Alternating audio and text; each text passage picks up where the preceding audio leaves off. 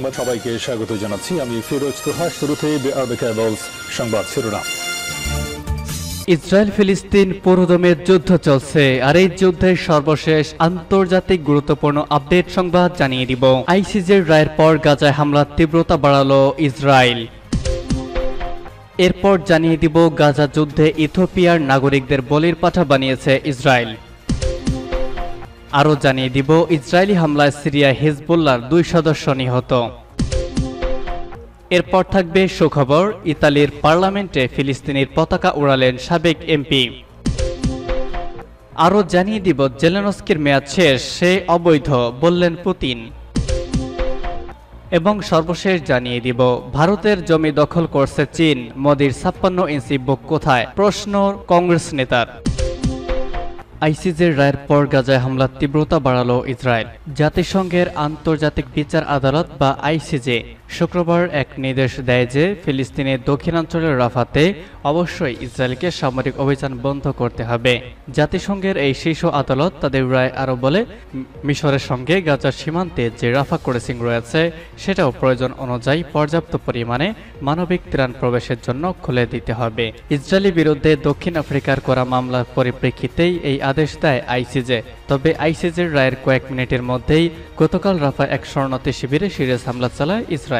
শনিবার কাতার ভিত্তিক সংবাদ মাধ্যম আল জাজিরা লাইভ প্রতিবেদনে বলা হয়েছে, আইসিজের রায়ের পর গাজায় হামলার তীব্রতা বাড়িয়েছে ইসরায়েলি বাহিনী। ওয়াফা নিউজ এজেন্সি ও আল জাজিরার খবরে বলা হয়েছে, গাজার পৃথক 2 হামলায় অন্তত 10 জন নিহত হয়েছে, আহত হয়েছে 17,000-এর বেশি।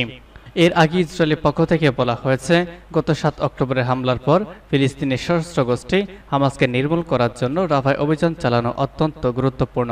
গত বছরের 7 অক্টোবর থেকে গাজায় হামাস ও ইসরায়েলের মধ্যে তুমুল যুদ্ধ চলছে। এতে এখন পর্যন্ত গাজায় নিহত হয়েছে 35,800 জন, সেই সঙ্গে আহতের সংখ্যা 80,000 ছাড়িয়েছে। অন্যদিকে 7 অক্টোবর হামাসের হামলায় ইসরায়েলে নিহত হয় 1,139 জন। আল জাজিরার প্রতিবেদনে বলা হয়েছে, মাত্র 2 সপ্তাহের লড়াইয়ে 9 লাখের বেশি ফিলিস্তিনি খরচারা হয়েছে। তারা এখন পানি, খাবার, ঔষধ এবং আশ্রয়ের অভাবে দিন কাটাচ্ছে।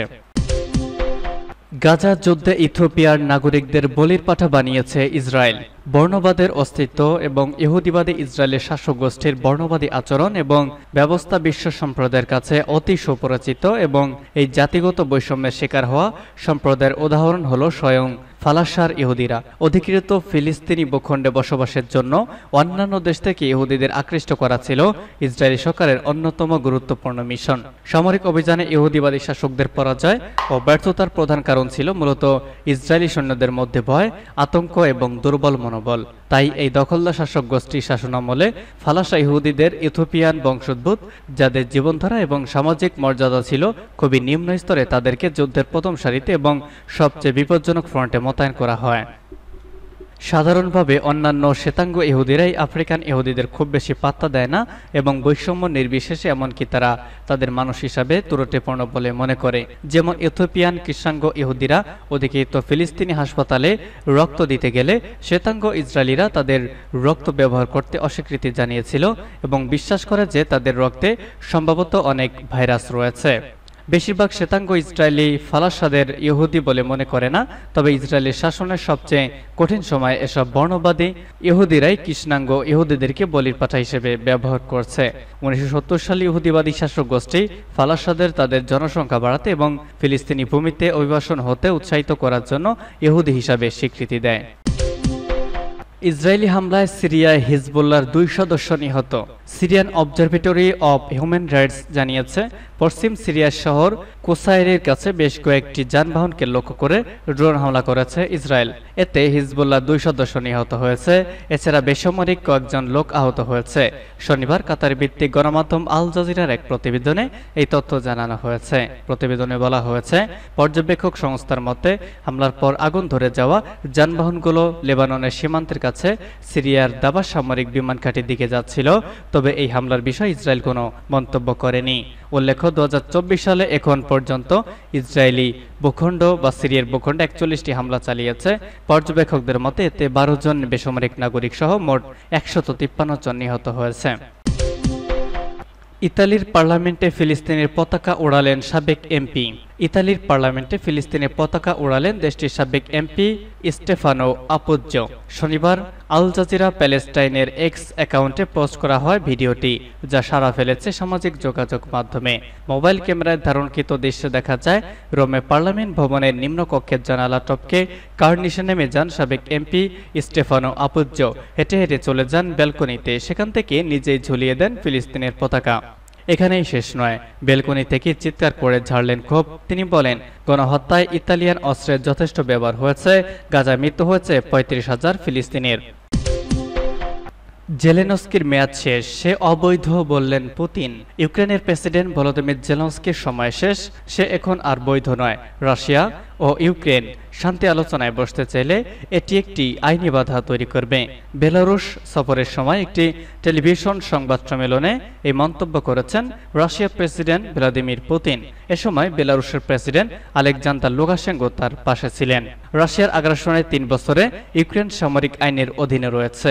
এই পরিস্থিতিতে জেলেনস্কি তার ৫ বছর অতিক্রম করলেও নির্বাচনের মুখোমুখি হননি। জেলেনস্কি ও তার মিত্ররা যুদ্ধকালীন একে সঠিক সিদ্ধান্ত বলে মনে করেন।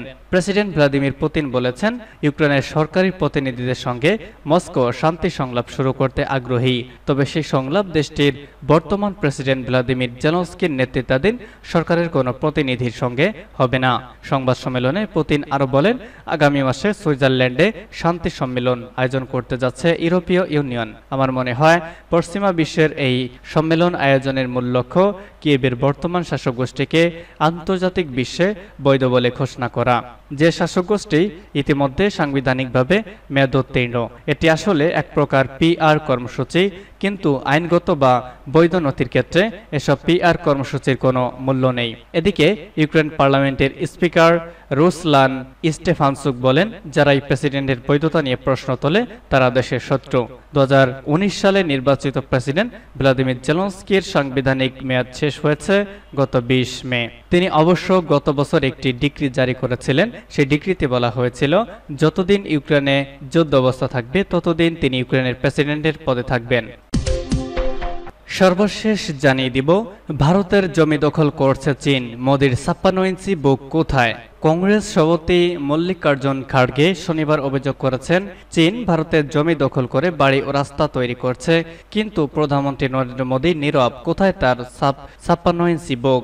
হিমাচল প্রদেশের রোহরুতে একটি সমাবেশে একথা বলেছেন কংগ্রেস সভাপতি। কংগ্রেস নেতা বলেন, তার দল দেশের জনগণ ও সাংবিধানিক রক্ষার লড়াই করছে। লোকসভা নির্বাচনের মাধ্যমে ক্ষমতায় আসতে পারলে ৩০ লাখ সরকারি শূন্যপদ পূরণ করার প্রতিশ্রুতি দিয়েছেন তিনি।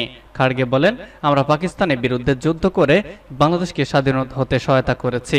চীন আমাদের জমি দখল করে বাড়িঘর ও রাস্তা তৈরি করছে, আর প্রধানমন্ত্রী নরেন্দ্র মোদী এখানে নীরব। তার ৫৬ ইঞ্চি বুক এখন কোথায়? 2023 সালে বন্যার পর কেন্দ্র করে সরকার হিমাচল প্রদেশ সরকারকে সহায়তা দেয়নি।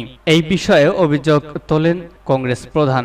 তিনি বলেন, হিমাচল প্রদেশের মুখ্যমন্ত্রী সুখবিন্দর সিং সুখ বন্যার পরে কেন্দ্রের কাছে 10,000 কোটি রুপি সাহায্য চেয়েছিলেন, কিন্তু তিনি শুধু পাথর পেয়েছেন।